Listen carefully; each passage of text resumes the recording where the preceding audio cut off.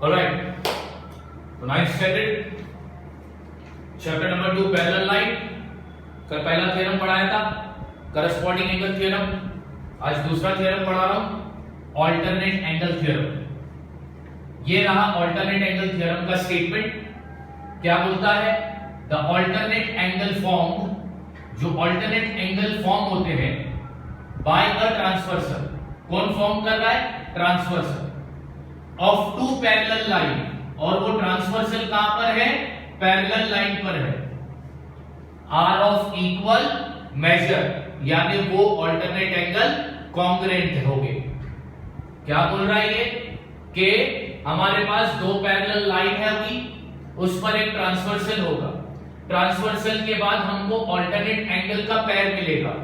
वो alternate angle का पैर का मेजर कैसा होगा? इक्वल होगा, यानी वो पैर कॉन्ग्रुएंट होगा। ये बोलता है अल्टरनेट एंगल थ्योरम।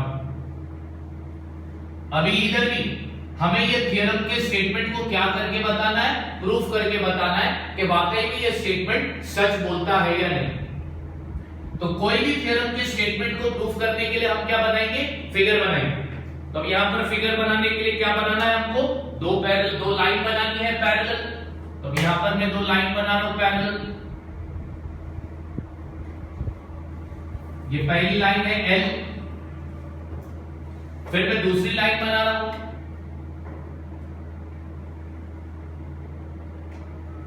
ये दूसरी लाइन है M। और क्या बनाना है हमको? ट्रांसवर्सल। तो मैं ट्रांसवर्सल बना रहा हूं, और ये है ट्रांसवर्सल N। अब हमको कौन से एंगल चाहिए? अल्टरनेट एंगल चाहिए। कौन से एंगल चाहिए? अल्टरनेट एंगल चाहिए। तो मैं अल्टरनेट एंगल लिख रहा हूं। यहां पर एक एंगल लेता हूं D, यहां पर एक एंगल लेता हूं C, और एक एंगल लेता हूं मैं यहां पर B। अभी इसमें अल्टरनेट एंगल कौन सा रहेगा वो भी बता रहा हूं। चलो, तो कोई भी थ्योरम के स्टेटमेंट को प्रूफ करने के लिए हमको डायग्राम बनाना चाहिए, तो हमने डायग्राम बनाया। उसके बाद हर थ्योरम के स्टेटमेंट के दो पार्ट होते हैं, एक होता है गिवन पार्ट। तो अब लिखेंगे गिवन पार्ट, गिवन। अब गिवन पार्ट में क्या लिखेंगे कि ये दो लाइन कैसी है? पैरेलल। तो वो लिख दो, line L is parallel to line M, ठीक है। और लाइन N क्या है? Transversal. Line N is a transversal line.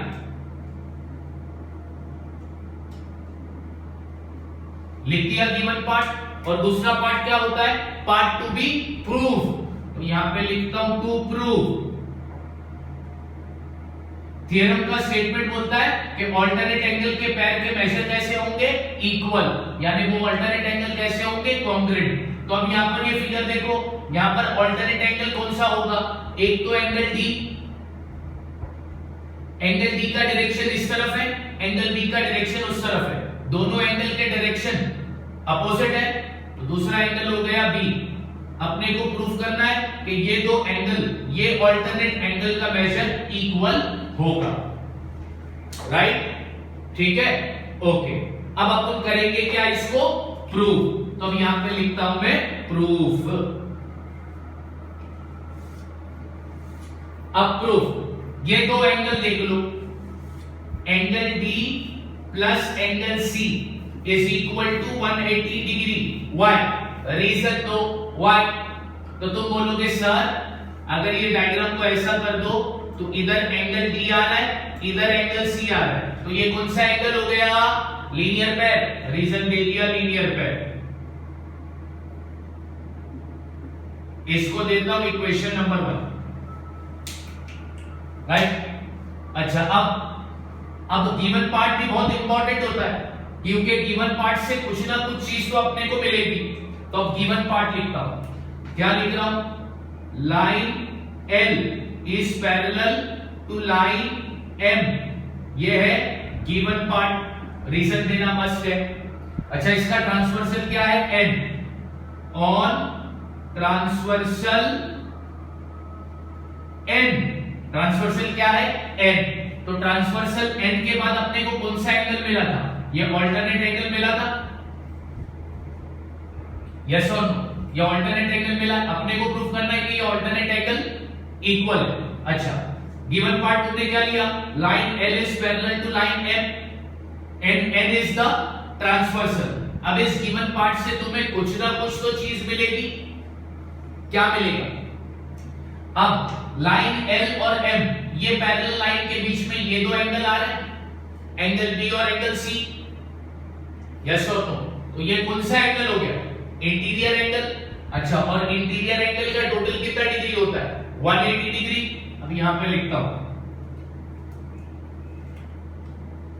Angle B plus angle C is equal to 180 degree. यहां पे लिख दो by property of interior angle.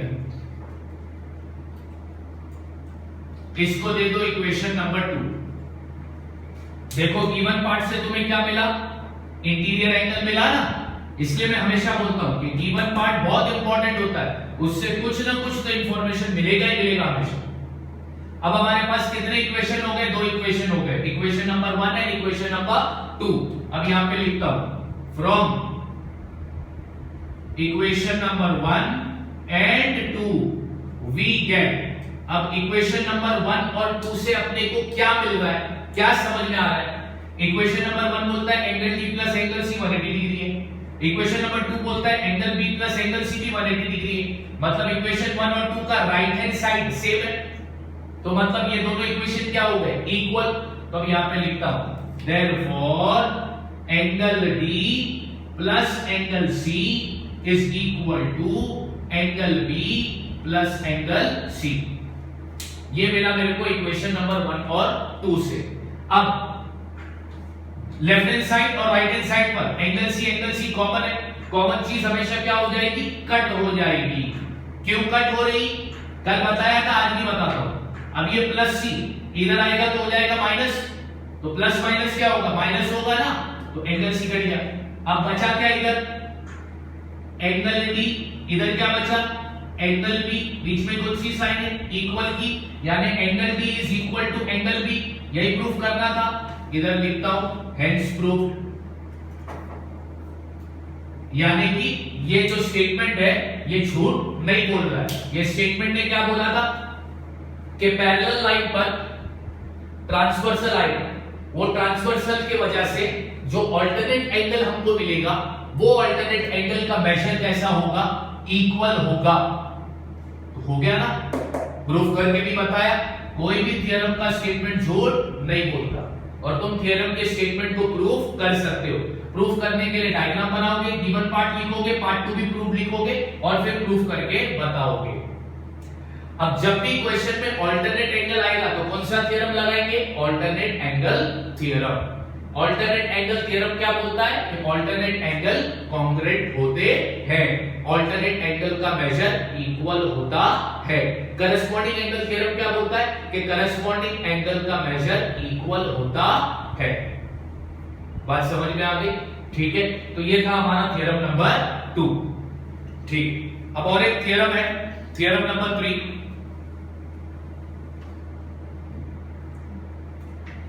अब थ्योरम नंबर 3 को मैं प्रूफ करके नहीं बताऊंगा, उस थ्योरम को सिर्फ स्टेटमेंट तुम्हें याद रखना है। मैं यहां पे लिख रहा हूं थ्योरम नंबर 3, और ये जो थ्योरम है इस थ्योरम का नाम है इंटीरियर एंगल थ्योरम। इस थ्योरम का नाम क्या है? Interior angle theorem. अब ये थ्योरम का स्टेटमेंट लिख रहा हूं मैं कि ये थ्योरम क्या बोल रहा है? स्टेटमेंट। ये थ्योरम का स्टेटमेंट कभी भी तुमको प्रूफ करने क्वेश्चन में पूछेगा नहीं। If two parallel line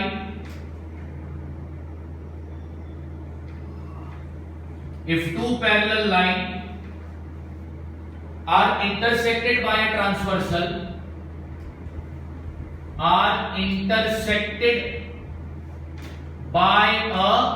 transversal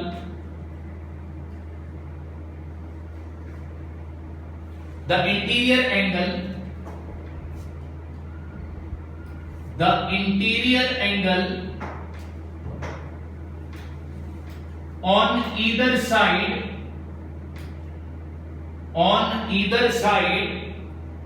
of the transversal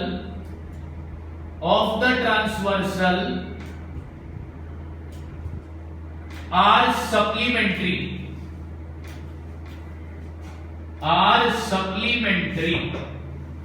ये है इस थ्योरम का स्टेटमेंट। ये थ्योरम नंबर 3 कौन सा है? Interior angle theorem. अब ये थ्योरम का स्टेटमेंट तुम्हें कभी भी एग्जाम में पूछेगा नहीं, ये स्टेटमेंट को प्रूफ करने के लिए पूछेगा नहीं, ये सिर्फ तुमको याद रखना है कि ये थ्योरम बोलता क्या है। अब इसके लिए भी मैं दो पैरेलल लाइन बना रहा हूं।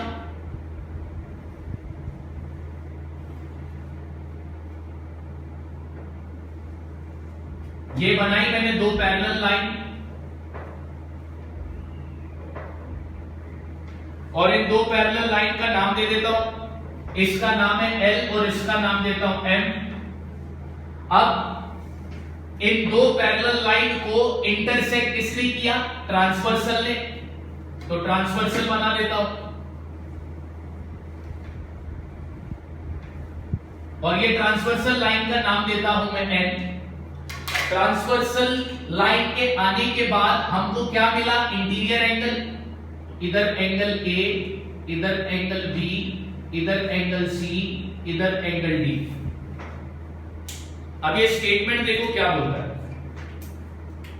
इफ टू पैरेलल लाइन, यानी कि line L is parallel to line M, line L और लाइन M ये पैरेलल है, are intersected by a transversal, line L is a transversal line. Line L is a transversal line. ठीक है, दो parallel line को किसने intersect किया? Transversal ने इंटरसेक्ट किया, यानी काटा। The interior angle on either side of the transversal, इसका मतलब क्या हुआ? ये ट्रांसवर्सल लाइन है N। अब लाइन की दोनों तरफ तुम्हें इंटीरियर एंगल का पेयर मिल रहा है। इस तरफ इंटीरियर एंगल कौन सा मिल रहा है? Angle A and angle B। और इस तरफ कौन सा मिल रहा है? Angle C and angle D। Are interior angle. और ये इंटीरियर एंगल तुमको कब मिला? ये इंटीरियर एंगल तुमको मिला ट्रांसवर्सल के आने के बाद।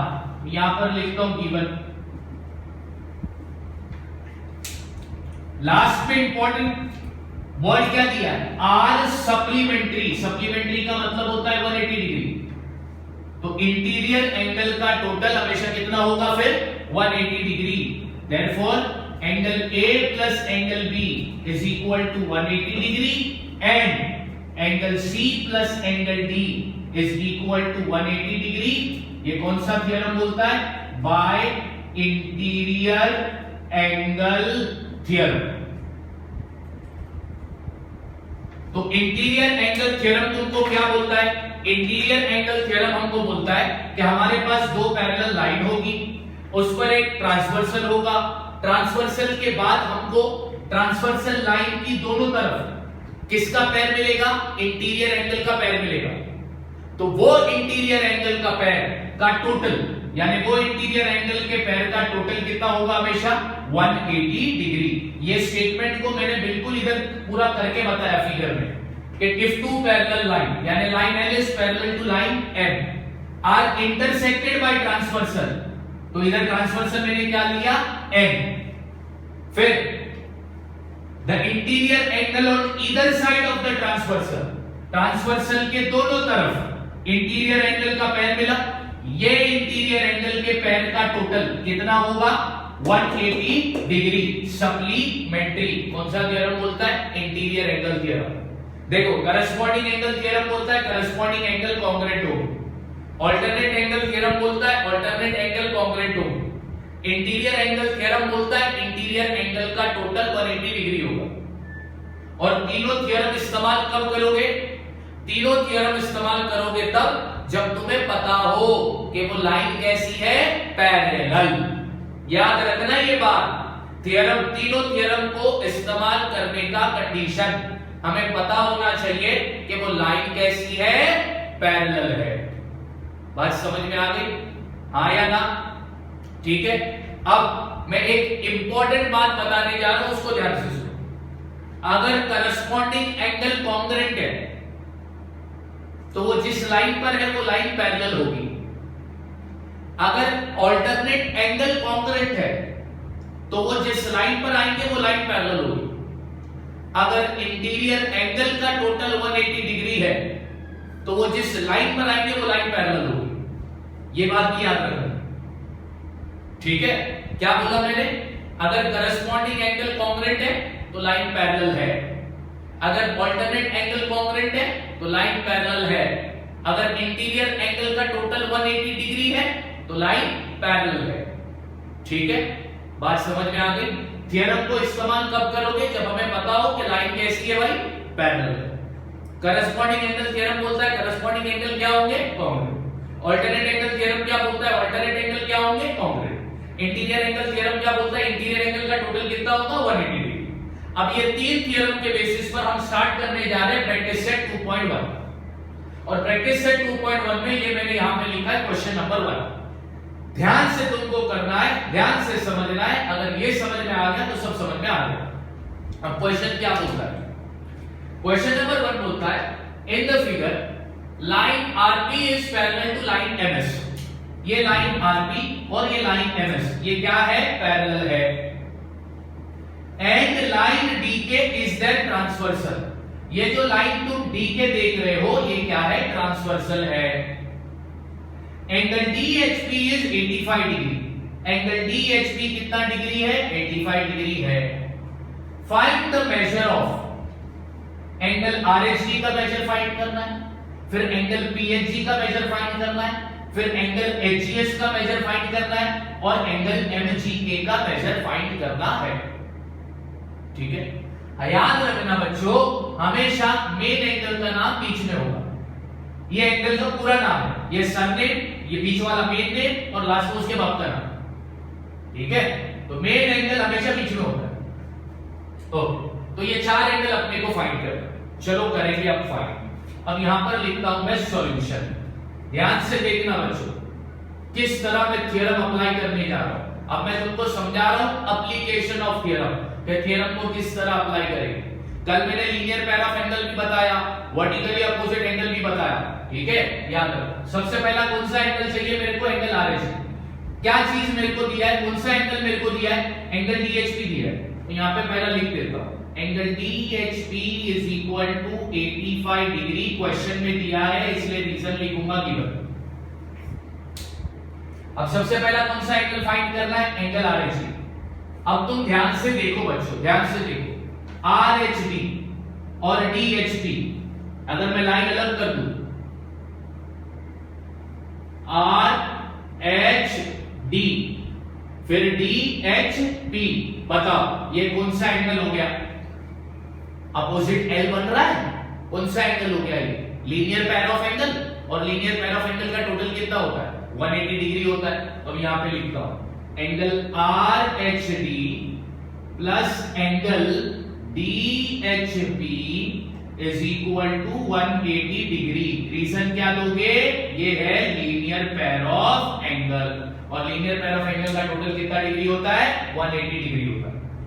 अब एंगल आरएचडी अपने को नहीं मालूम है, वही तो फाइंड करना। प्लस एंगल डीएचपी कितना डिग्री है, 85 degree is equal to 180 degree. अब क्या करोगे, देयरफॉर एंगल आरएचडी अपनी जगह पर है। अब 180 में से ये 85 को तुम क्या कर दोगे, माइनस कर दोगे। तो 180 में से 85 अगर गया तो कितना बचता है, therefore angle RHD is equal to 95 degree. मिल गया एंगल आरएचडी का मेजर, कितना मिला, 95 डिग्री मिला। ये हो गया पहले एंगल, पहला एंगल मैंने ढूंढ लिया। आरएचडी मेरे को कितना मिला, आरएचडी मेरे को मिला 95 डिग्री।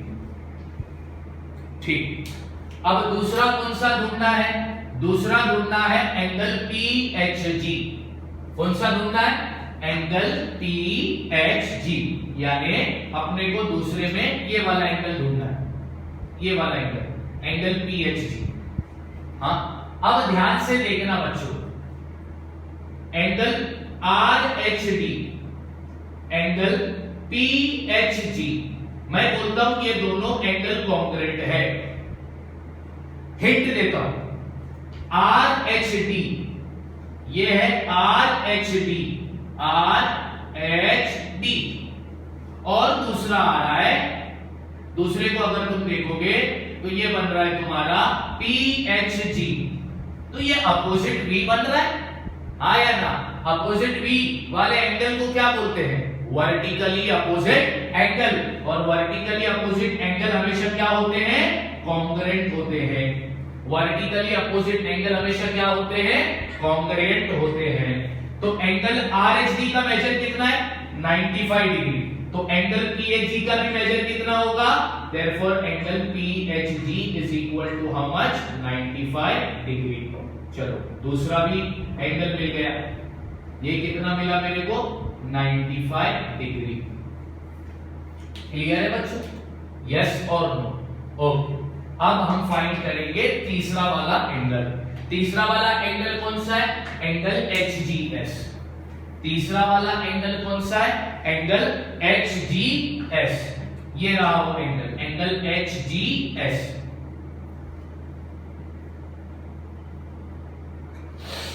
ठीक है, ओके। अब ध्यान देना बच्चों, ठीक है।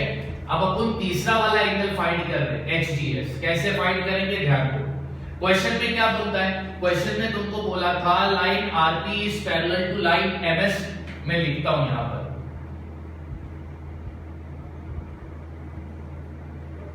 Line RP is parallel to line MS। कहां पर दिया था क्वेश्चन में, इसलिए रीजन यहां पर दिया हूं मैंने, गिवन। ट्रांसवर्सल का भी नाम दिया है। ट्रांसवर्सल क्या बोला है? DK। यहां पे लिखूंगा ऑन ट्रांसवर्सल DK। अब ट्रांसवर्सल आने के बाद मेरे को दो एंगल मिलेंगे, और वो दो एंगल देखो कौन से? एक एंगल है DHP और दूसरा एंगल है HGS। अब खाली तुमको पहचानना ये है कि ये कौन सा पेयर ऑफ एंगल है। क्या दोनों एंगल का डायरेक्शन सेम है? ये DHP है, ये HGS है। हाँ, दोनों एंगल का डायरेक्शन सेम है, तो ये कौन सा पेयर हो गया? करस्पॉन्डिंग एंगल हो गया। ये करस्पॉन्डिंग एंगल तुमको पैरेलल लाइन पर मिला है, हाँ पैरेलल लाइन पर मिला है, तो ये क्या होगा? कॉन्ग्रुएंट। कौन सा थ्योरम बोलता है? Corresponding angle theorem. Corresponding angle theorem. अब DHP, एंगल DHP कितना डिग्री है? 85 डिग्री है, तो HGS भी कितना होगा? 85 degree. Therefore angle HGS is equal to 85 degree. मेरे को तीसरा वाला भी एंगल मिल गया, मेरे को तीसरा वाला भी एंगल मिल गया। अब मैं ढूंढूंगा चौथा वाला एंगल। पहले यहां पे लिख देता हूं, HGS मेरे को कितना मिला? 85 डिग्री, तो यहां पे लिख दिया 85 डिग्री। अब जो तीसरा वाला एंगल है वो है MGK। ध्यान देना, MGK। अब तुम ही मेरे को बताओगे, angle HGS is congruent to angle MGK। क्या ये अपोजिट V बन रहा है? HGS MGK अपोजिट V बना, तो कौन सा एंगल हो गया ये? वर्टिकली अपोजिट एंगल, और वर्टिकली अपोजिट एंगल हमेशा क्या होता है? कॉन्ग्रुएंट होता है। तो HGS तुमको कितना मिला? 85। तो एंगल MGK भी तुमको कितना मिलेगा? एंगल MGK का भी मेजर होगा 85 डिग्री। चारों एंगल का मेजर अपने को मिल गया, चारों एंगल का मेजर मिल गया। पहला वाला एंगल मिला लीनियर पेयर से, दूसरा वाला एंगल मिला वर्टिकली अपोजिट एंगल से, तीसरा वाला एंगल मिला करस्पॉन्डिंग एंगल थ्योरम से, चौथा वाला भी एंगल मिला वर्टिकली अपोजिट एंगल से। इस तरह इसको सॉल्व करना है। कॉन्ग्रुएंट का मतलब मैंने क्या बताया था, सेम। अब आप लोगों के पास ये सेशन खत्म होने से पहले फटाफट ये पूरा कॉपी करो।